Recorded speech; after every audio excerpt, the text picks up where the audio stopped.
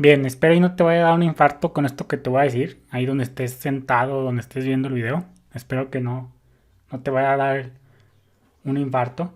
Pero déjame decirte que en JavaScript todas las funciones o las funciones son closure.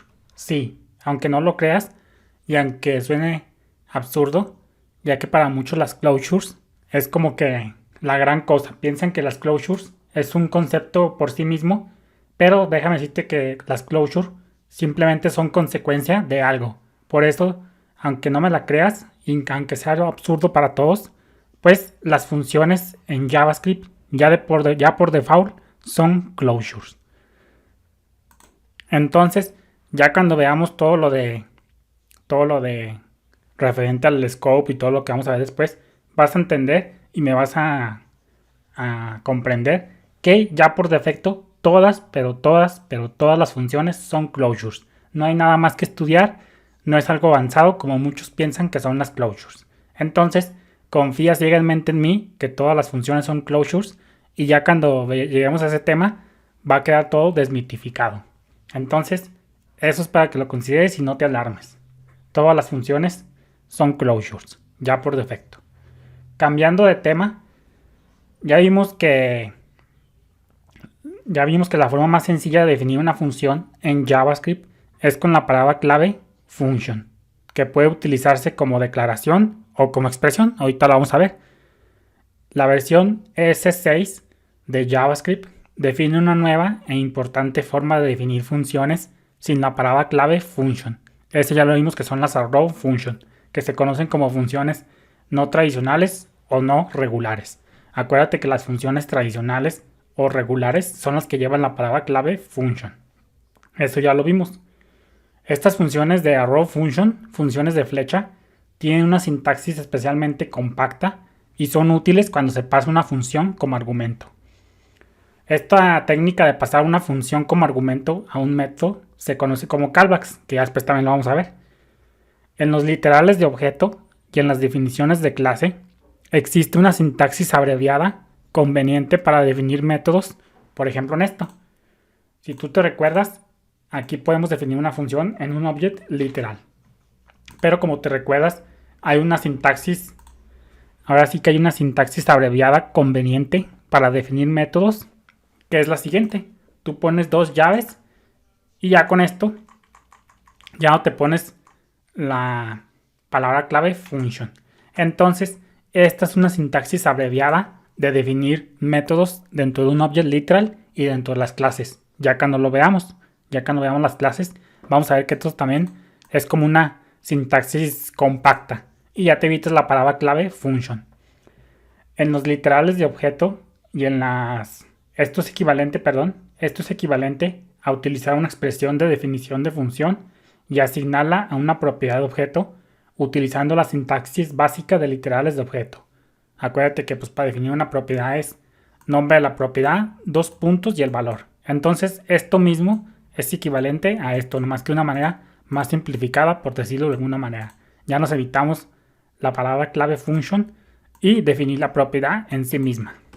Entonces eso para que lo consideres. Esta sintaxis también es otro caso especial. También puede utilizarse con las palabras clave get y set. No hemos visto los métodos getters y setters, ya después cuando los veamos, vemos que también los getters y los setters, aquí en los object literals, también se definen con esta forma abreviada. Tengan en cuenta también que como vimos, las funciones también pueden definirse con el constructor function, que es el tema más adelante que vamos a ver. Aquí está la sintaxis, acuérdate que antes también se pueden definir las funciones con el constructor function, nada más que esta forma es un poco deficiente y un poco más afecta al rendimiento. Entonces, originalmente, como te dije yo, te lo vuelvo a repetir de nuevo, todo partió de esta sintaxis, new function. Entonces, además, JavaScript define algunos tipos especializados de funciones. También están las funciones, estas funciones especiales son las funciones generadoras que no las hemos visto y las funciones asíncronas que también no las hemos visto. Entonces, ahora que ya sabemos que todo partió de aquí, de new function, todo partió de aquí, ya después vinieron las sintaxis function declaration, function expression y luego ya vinieron también las arrow functions, pero todo partió de esto. quiero que tú entiendas esto, que todo, absolutamente todo, partió de new function. Ya después vinieron las demás sintaxis. Entonces vamos a ver la primera forma de definir funciones. Aparte de esta fue la que partió todo. Ahora vamos a ver otra forma de definir funciones que se agregó después, ya cuando se fue evolucionando JavaScript. Esto se conoce como las function declaration. Las function declaration consisten en la palabra clave function. Por consecuencia son funciones tradicionales, obviamente, como ya sabemos. Entonces consisten de la palabra clave function seguida de un identificador, que el identificador pues es el que le da nombre a la función. El nombre aquí en las function declaration es una parte obligatoria de las declaraciones de función, de las function declaration. Se utiliza como nombre de una variable y el objeto de función recién definido se asigna a esa variable. Fíjate, vamos a ver eso. Estamos en script. Entonces vamos a definir una función. Ya lo habíamos visto. Vamos a limpiar aquí. Vamos a ponerle function. Una función. Entonces, como te estarás imaginando, como lo puedes ver, pues una function declaration, esto se conoce como una forma. Esto es una function